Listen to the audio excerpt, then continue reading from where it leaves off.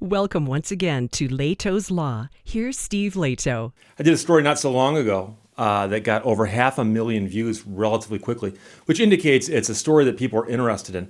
And now there's an update to the story. A lot of people sent this to me, thank you very much. But you'll recall there's a story out of Texas where a kid saved up all his money, bought a car at a dealership from a salesperson, and paid for it outright. And a little while later, the car got repossessed. And it turns out the dealership said that the person who sold him the car had no right to do that because there was some kind of double secret freelance probationary salesperson. Different terms, I forgot what it was. But the point is that that story now has a good ending. And a lot of people sent this to me. So from Jalopnik, Lawrence Hodge wrote the article. Now, I don't know Lawrence, but I wrote for Jalopnik for a while. So I know some people over there. A dealer surprised that kid who got his car repoed after paying cash for it. A local dealership stepped up and did the right thing. Another dealership, different from the one that repoed the vehicle, a different dealership said, you know something? We'll take care of that.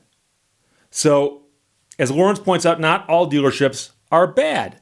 Dealerships do tend to have bad reputations, and they get written about a lot. Apparently, Lawrence writes about that a lot as well. I talk about it quite a bit on my channel. But most of those deals are simply plain old greed. Now, on the other hand, there are times when their behavior is completely out of pocket and sincere. In this case, a dealership made things right with that teen who was out thousands of dollars and, of course, didn't have a vehicle anymore. So he recaps the story thus. Jonathan Fredericks, 16-year-old from Dallas, saved up $10,000 working at Chick-fil-A for over a year. His grandfather offered to take him car shopping when he hit 16. They landed at a local dealership, didn't find the car they liked on the lot, and instead were offered to buy the personal vehicle of the salesperson that was helping them out. The salesperson had a 2016 Mazda CX-5, and so the kid and the grandfather paid $9,800 to him and bought the vehicle. Now, they later found out that the vehicle didn't belong to the salesman. And there's a dispute about this, but the salesman had bought the vehicle from the dealership, but apparently the dealership says he stopped making payments for it, therefore it's not his vehicle anymore. It's not his vehicle to sell. So they said it was owned by the dealer. And so when the dealer repoed the car from the kid 5 months after he paid cash for it, the kid lost the car, obviously lost the money, and a lot of people are wondering, can salespeople really wander around and just sell vehicles with impunity? By the way, the headline of this story says that the kid paid cash for the vehicle. And the headline of my video also said that. And I had one or two people complain and go, Steve, he paid with a cashier's check. He didn't pay cash. And in the car business, paying cash merely indicates that someone is paying for something outright. Okay, they're not making payments on it. Nobody expects someone to walk up and drop hundreds of thousands of dollars in cash down in a transaction. But if they pay for it outright, they'll say, yeah, they paid cash for it.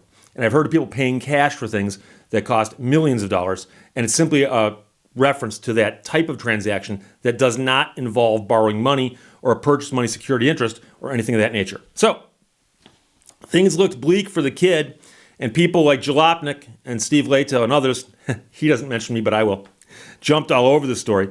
So Frank Kent Motor Company, which is a GM dealer, reached out after seeing the story, and the dealer's marketing director said they wanted to make things right after seeing what happened to the kid. They've got nothing to do with this story, but they decided to step in and fix things. They're a GM dealer group, and after seeing the story initially on CBS Dallas, we at Frank Kent knew we had to do something to take care of this kid and show him that not all dealers are sleazy. Their word, not ours. So we reached out to the news station to get us in touch with him. And after getting in contact, let him know that we would like to donate a vehicle to him at no cost. Donated at no cost. And yes, the skeptics in the audience are going to point out and say, Steve, that's a gift. He'll have to pay taxes on it. Yeah, you know something? Worse things have happened. So Lawrence Hodge said, I couldn't believe what I was reading. A dealer that had nothing to do with the initial situation was doing something that the original dealer failed to do. They wanted to give the kid a car with no strings attached because it's the right thing to do. That seems to be what Frank Kent Motor Company was founded on. A lot of dealers have founding principles that they just don't follow anymore. This place appears to follow its principles, though. Founded in 1935, the dealer's guiding principle is morals, values, and ethics over profit. So that is what they say is their guiding principle. And their creed is community-driven, locally different since 1935. So they've donated the kid a Kia Soul because another dealership ripped him off, or at least it's what it looks like. And then Lawrence Hodge ends by saying, the dealership that ripped the kid off, take note, this is how you do business. Now, the interesting question, as an attorney, I've got to ask the question, does this mean the kid still couldn't sue the dealership? Because actually, I think he could. This doesn't settle the case that he had against the dealership. And I don't know if he was planning on pursuing a case or not. But a lot of people pointed out he'd have a great case against the dealership and against the salesman. And those two can fight amongst themselves all they want, but somebody owed that kid a car, right? So this settlement right here probably wouldn't affect that at all, because in response to what happened to him, he was given a gift by somebody else. That does not absolve somebody else of liability. So it's a crazy story, but it's not uncommon that car dealers do sell cars to people, and then when the financing falls through, they'll repo the vehicle. And that used to happen so often that we actually had a nickname for it here in Michigan. My lawyer friends and I had nicknamed a particular dealership, and we'd refer to it as a such and such dealership repo when somebody else did it, because one dealership was famous for doing it. And we've talked before about spot deliveries. That would happen a lot with spot deliveries. In some states, spot deliveries are perfectly legal. That is where you come out the dealership lot, dealership says, we'll sell you this car, we'll get you financed. You sign a bunch of papers, you put a down payment, you drive off with the car. 3 days later, the dealership realizes they can't get you financed. In some states, they can just call you up and say, bring the car back. In some states, they have to handle the financing themselves or find someone else to handle it. And it depends on the state. And it varies wildly from state to state. Every time I talk about that, I get people upset saying it's perfectly legal because it's legal where they are. Okay? It varies from state to state.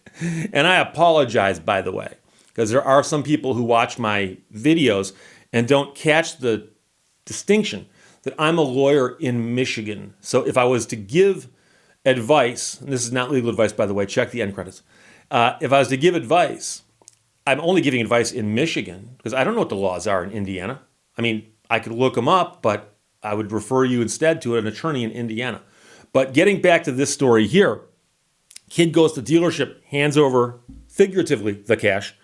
They give him the car and the keys, and he drives off with it. And 5 months later, they come back and grab the car and say it's not your car. And it seems very, very strange on a whole bunch of levels, but it would certainly sound like the dealership had a problem on their own, because they did refer to the guy who was selling the cars as some kind of freelance salesperson who didn't work for them directly, but he was walking around their lot trying to sell their cars. And most people would say that if you let someone do that, you kind of are responsible for them. Otherwise, I mean, if I was to walk over to the nearest car dealership here and wander around, be pretending like I could sell cars, they'd call the police pretty quickly on me, And the reason they would do that is because I have no business doing that. So if the guy had the business on the lot to do that, then they're stuck with the deals he makes, I personally think. But the good news is litigation takes forever.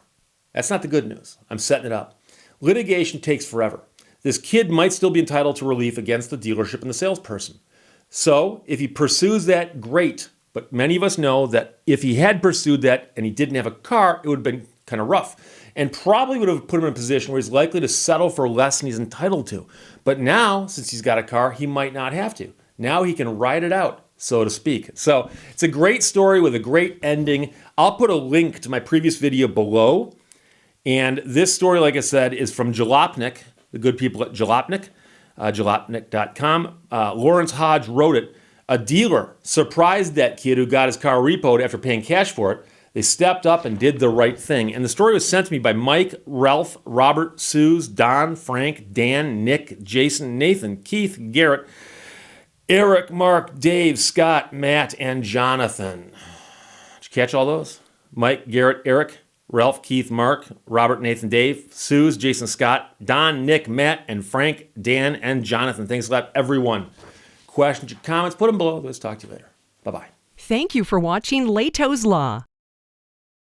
It is not the man who has too little, but the man who craves more that is poor.